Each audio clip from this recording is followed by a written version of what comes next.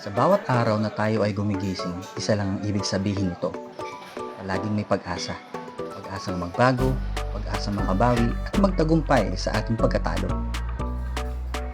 Thank you Lord sa panibagong umaga na ito. Ito ang pangatlong araw namin dito sa El Nido. Siyempre tulad kahapon, almusal muna bago masunog sa mga activities for today's video. Kaya bilisan na natin, baka mahuli pa tayo sa biyahe na ito. After kumain ay nagbihis na kami ng kasuotang pandagat. Kasuotang pandagat? Kasi kung hindi nyo napapansin, parang umitim ako, no? After magbihis, diretso na ulit dito sa meeting place namin. Sila nga pala ang mga bago naming makakasama sa tour na to. Sobrang approachable at mababait din sila katulad ng makasama namin kahapon. Ilang minuto lang ay narating na namin ang unang destinasyon namin, ang Comando Beach. Ito ay pinaniniwala ang naging kuta ng mga komando o mga sundalo noong World War II. Sa mga sumunod na panahon, ang islang ito ay naging atraksyon ng mga turista dahil sa natatanging itong ganda. At kung ang hanap mo ay tahimik at payapang lugar na may malinaw na tubig dagat, perfect na perfect ito para mag-sunbathing at snorkeling na may malaburakay ang white sand nito. Maaari mong isama sa listahan ang Comando Beach.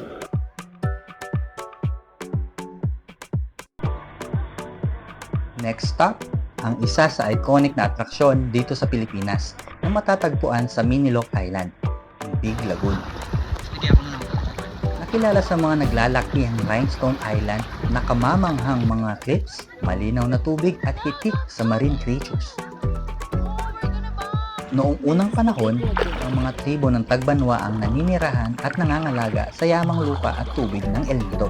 Naniniwalaan din nila na ito ay sagrado dahil namamalagi daw dito ang mga espiritu.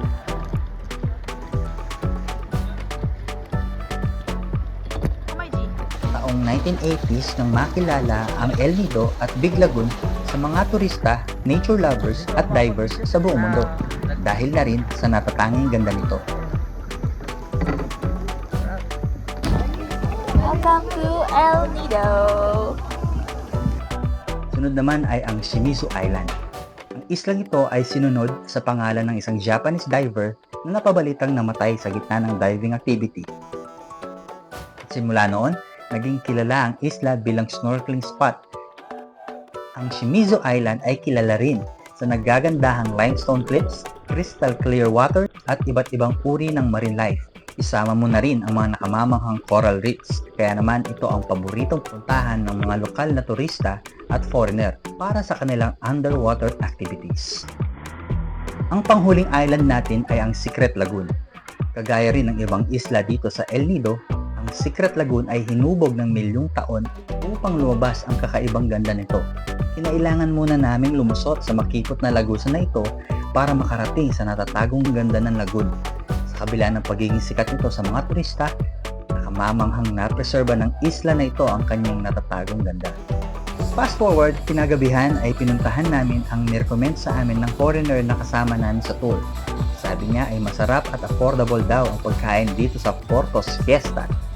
Pagpasok ay kagad naming in-order ang pagkain na ibinida sa amin ni Tim, hindi niya tunay na pangalan. Ilang minuto lang ay ayan na ang aming order. Crispy pork kare-kare, overload palabok at buffalo wings. Siyempre, bago ang lahat, magpasalamat muna tayo sa biyayang ito. Tapos nito, sayawan na.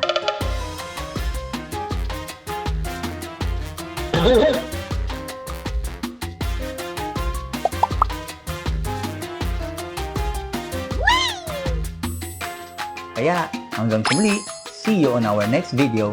Shalom!